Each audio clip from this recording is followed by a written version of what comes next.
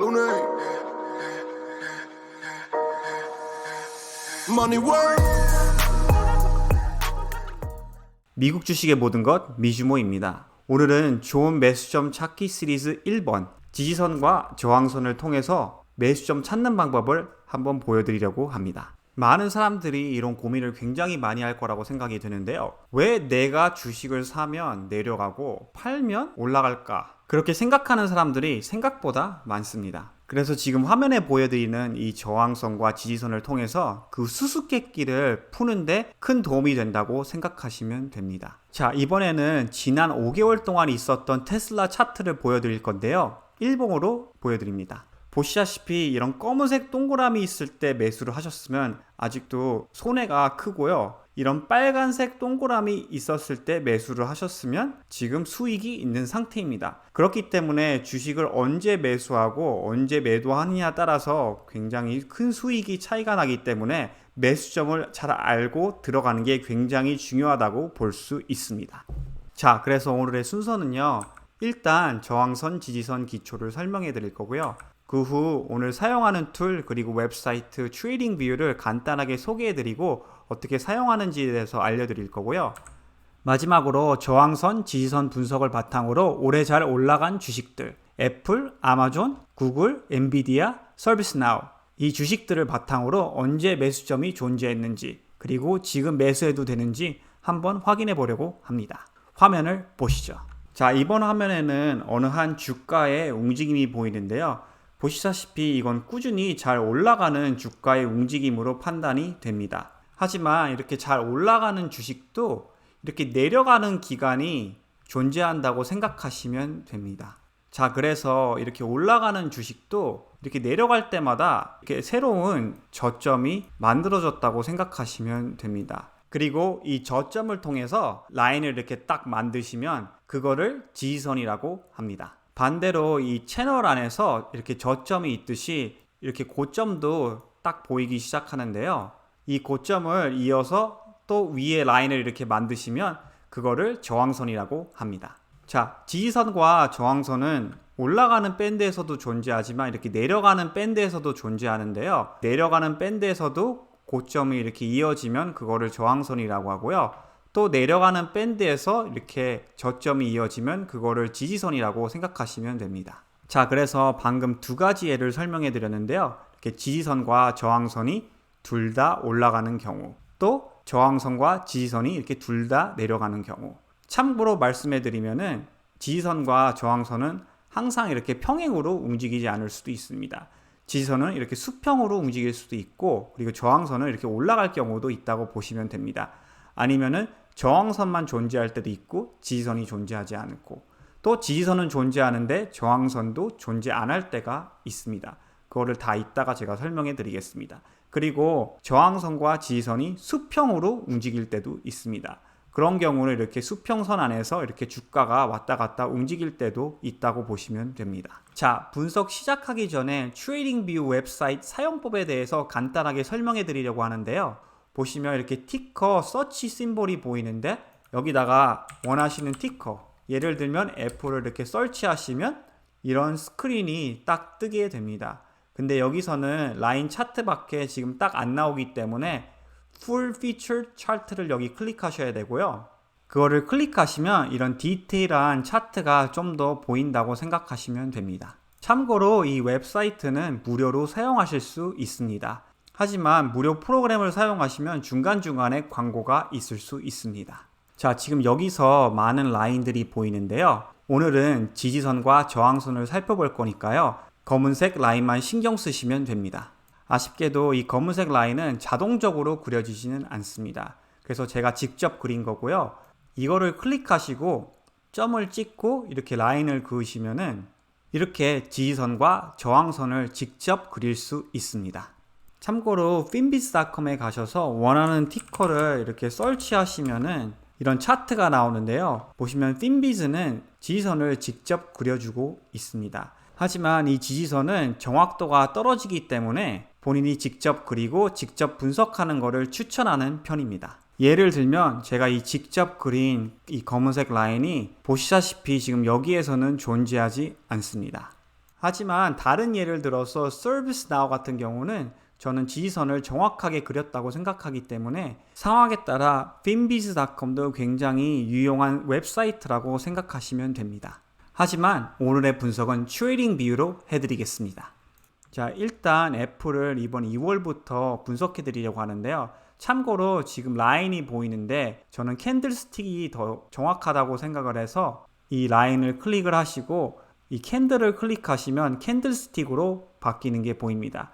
참고로 제가 왜 캔들스틱을 사용하는지 간단하게 설명해 드리면 라인을 사용하게 되면은 그날 주가 마감 가격밖에 보이지 않지만 캔들스틱을 사용하시면 이날 주가의 움직임이 어땠는지 한 그림으로 다 볼 수 있기 때문에 조금 더 유용하다고 생각이 됩니다. 자, 그래서 애플 주식을 이번 2월부터 분석해 드리려고 하는데요. 보시다시피 주가가 계속 왔다 갔다 거리다가 코로나 바이러스 때문에 주가가 갑자기 급하락하기 시작했었습니다. 여기서 이렇게 두 포인트가 이어지는데요. 여기서 내려가는 저항선을 뚫고 올라가려고 하다가 주가가 올라가지 못하고 다시 내려왔고 드디어 이 캔들스틱으로 주가가 갑자기 상승한 게 보입니다. 또 여기서 반대로 이 제일 저점에서 이렇게 딱 라인을 그리시면 지금 올라가는 지지선도 만들어진 상태입니다. 그렇기 때문에 내려가는 저항선을 뚫고 주가가 올라가기 시작하고 그리고 적어도 두 포인트라도 저점이 만들어지고 지지선이 올라가기 시작하면 그거는 굉장히 좋은 매수점이라고 생각하실 수 있습니다. 즉 이거를 내려가는 트렌드를 벗어나서 올라가기 시작한 트렌드가 만들어지기 시작했다고 생각하시면 됩니다. 자, 결국 이 포인트 이후로 주가는 계속 꾸준히 반등을 하기 시작했는데요.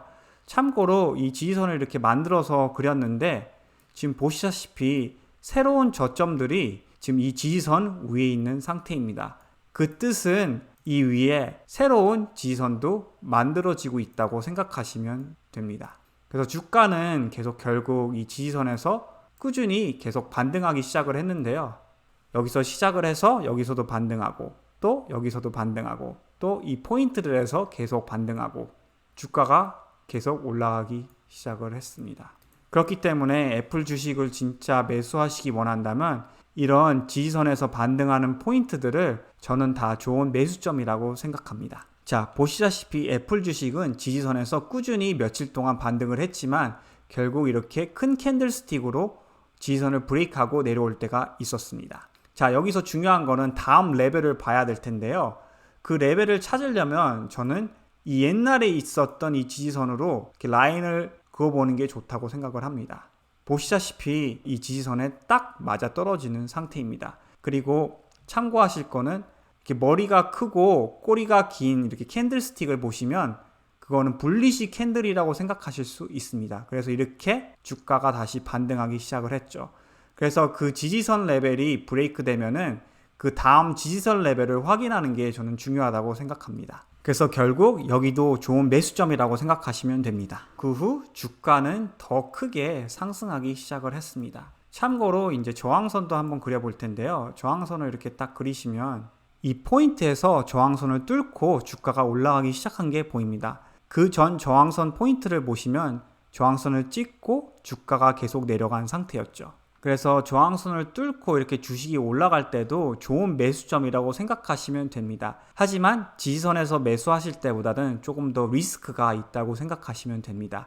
그리고 저항선을 뚫고 이렇게 올라갔다가 다시 내려가서 그 저항선 포인트가 지지선 포인트가 되고 주가가 올라갈 때도 좋은 매수점이라고 볼 수 있습니다. 하지만 주가가 그만큼 빨리 올라가기 시작하면 다시 빨리 내려오기 시작할 때도 많습니다. 그렇기 때문에 주가가 너무 많이 이렇게 올라갔을 때 일부분 매도하는 것도 안전한 방법이라고 저는 생각이 됩니다. 자, 그래서 주가는 갑자기 급등했다가 다시 조금씩 내려오기 시작을 했었는데요. 또 내려오는 포인트에서 이렇게 지지선 라인을 그리시면 똑같은 츄볼 바텀에서 바운스하기 시작을 했고 또 이렇게 장기간 지지선에서도 다시 반등하기 시작한 게 보입니다. 그렇기 때문에 이런 라인을 잘 그리시고 이런 포인트들에서 주가가 다시 올라가기 시작하는지 확인하는 게 굉장히 중요하다고 보시면 됩니다. 마지막으로 최근에 있었던 반등 포인트는 지지선까지 내려오지 않고 그 전에 반등을 했는데요. 보시다시피 이 지지선이 항상 100% 옳지는 않다고 생각하시면 됩니다. 하지만 지금 단기간 내려가는 저항선에서 주가가 뚫고 갭 상승으로 올라간 상태이고 또 약간 더 장기간으로 봤을 때도 올라간 상태이기 때문에 저는 이 두 포인트도 좋은 단시간 매수점이라고 생각이 됩니다. 자, 그래서 애플 차트를 다시 한번 간단하게 썸머리 해드리면 내려가는 저항선에서 뚫고 올라갈 때, 내려가는 저항선에서 뚫고 이렇게 올라갈 때, 그리고 올라가는 지지선이 만들어졌을 때 주식을 매수하시는 게 좋고요. 그리고 상승장에서 이렇게 지지선에서 반등할 때, 그럴 때 주식을 매수하시는 게 좋습니다. 그리고 혹시 여기서 매수하려고 했다가 그냥 뚫고 내려갔잖아요. 그러면 다음 레벨 지지선을 보시고 거기서 반등이 있는지 확인하시고 주식을 매수하는 게 저는 중요하다고 생각이 됩니다. 자, 다음은 아마존과 구글을 한번 분석해 보려고 하는데요. 참고로 한 달 전쯤에 포스트로 여러분께 지금 아마존과 구글이 좋은 매수점에 있다고 보여드린 적이 있습니다. 그 후 아마존은 8% 그리고 구글은 한 20%가 지금 더 올라간 상태인데요. 앞으로도 이렇게 좋은 기회가 있으면 여러분께 포스트로 보여드리려고 합니다. 자, 이번에는 아마존을 간단하게 분석해 드릴 텐데요. 4월 중순부터 시작하겠습니다. 보시다시피 이 저항선 포인트에서 주가가 한 3번 정도 뚫지 못하고 다시 내려온 게 보이는데요. 6월 중순에 확실히 그걸 뚫기 시작했고 그리고 7월 중순 때는 그 포인트가 아예 지지선이 돼서 주가가 다시 반등하기 시작한 게 보입니다. 그래서 저는 이 포인트를 굉장히 좋은 매수점이라고 생각을 하고요. 그리고 주가가 올라갔다가 다시 왔다 갔다 하다가 또 내려오기 시작을 했었는데요. 저는 이 저항선에서 이 지지선으로 바뀌는 이 포인트가 굉장히 좋은 매수점이라고 생각이 됩니다. 그리고 또 내려가는 저항선에서 주가가 이렇게 반등하기 시작할 때 여기 갭 상승한 게 보이시죠? 이런 포인트도 굉장히 좋은 매수점이라고 생각이 됩니다. 그래서 아마존 같은 경우는 결국 주가가 많이 올라갔다가 또 많이 내려가고 또 이렇게 많이 올라갔다가 여기서 또 많이 내려갔는데요. 보시다시피 이번에도 지지선에서 반등하기 시작한 게 보였죠. 그렇기 때문에 여길 매수점, 여기도 매수점, 여기도 좋은 매수점이라고 생각하시면 됩니다. 자, 이번에는 구글을 보실 텐데요. 구글도 아마존이랑 굉장히 비슷하다고 생각하시면 됩니다. 보시다시피 이 그려진 지지선에서 딱 아마존이랑 같은 시간에 반등하기 시작했고요.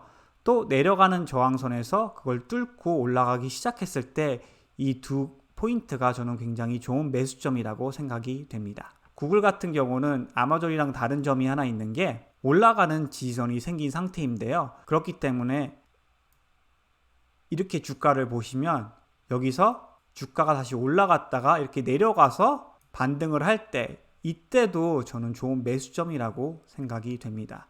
하지만 지금은 주가가 워낙 많이 점프해서 올라간 상태인데요. 만약 장기 투자를 하실 거면은 저는 여기는 조금 높은 가격이라고 생각이 되고 나중에 주가가 이렇게 올라갔다가 다시 이 지지선에 내려올 때 주식을 매수하는 게 장기간으로선 조금 더 안전하다고 생각이 됩니다.